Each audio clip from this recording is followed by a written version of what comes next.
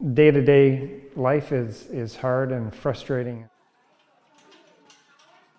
What would take you 5 minutes to an email, 5 minutes, it would take me 20 minutes.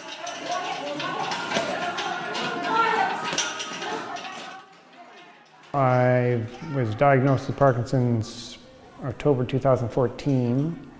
So I was having problems tying shoes, putting my jacket on, just little things like that, but I attributed it to age. So I went, saw my family doctor, and she sent me to a specialist, and he said, "Yep, you've got it." 6, very good. 7, 8, nice. 2 more. 9, 10. My name is Christine Seavey. I'm 36 years old, and I'm the founder here of Boxing for Health.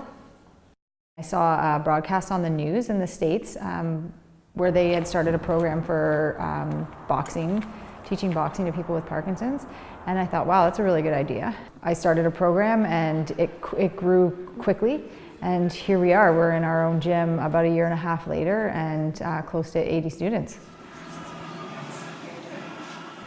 I came and I did because Christine offers try one class, and if you like it, that's fine. Continue. If not, then that's fine as well. And that's all it took for me was trying the one class. But for me, it gets you out. One, it gets you out socially. You've got a great cardio workout, and you're an hour and a quarter of a very positive, encouraging environment. I can't imagine anybody who would not benefit from that. Good job. Keep going. You're going to need 20 more seconds to go. 20 more seconds.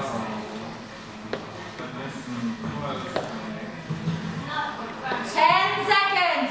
The main ones would be tremor, rigidity, like I said, very tight and stiff in certain parts of the body, or even the whole body, quite frankly. Slowness of movement is a big one. Their movements get very slow and small. So we focus really on everything in the class needs to be big. Everything we have to exacerbate into really big movements to help them.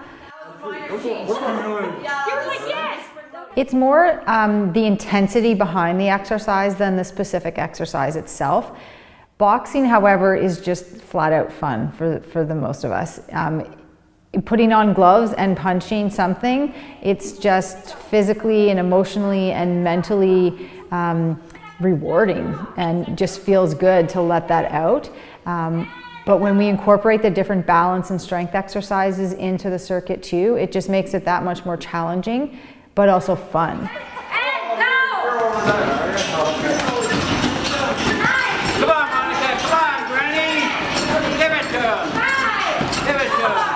Get him on the rope! 2, 1. All right, good one. The psychosocial benefits are definitely what people notice first coming to these classes.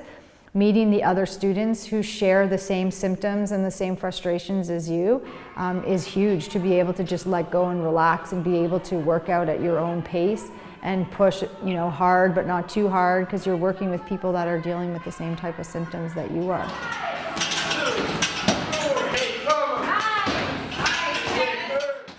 My right side is totally shot. That's why I had you help me put everything on. Taking lids off things or anything I need, tying shoes, anything I need, your both hands for. I can't welch on that. So I have noticed a small improvement in my balance, because that's one thing that drives me absolutely out of my mind, because for all my life I've had excellent balance. Now I can be standing somewhere and I'll just all of a sudden stumble and lurch toward. I did it once in a grocery store and lurched toward some lady who I'm sure was horrified. What the hell was I doing? But so the balance is somewhat improved. But I think the main thing is the symptoms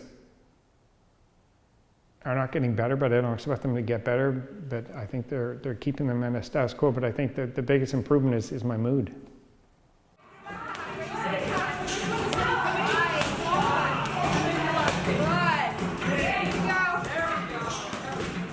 They built a very, very inclusive, encouraging, positive environment. So the minute you walk in the door, it's always good. So always having a good time, and I find the harder the circuit is, the more I laugh. It's as today was brutal, but I would never complain about it being too hard because it does. It's really improved.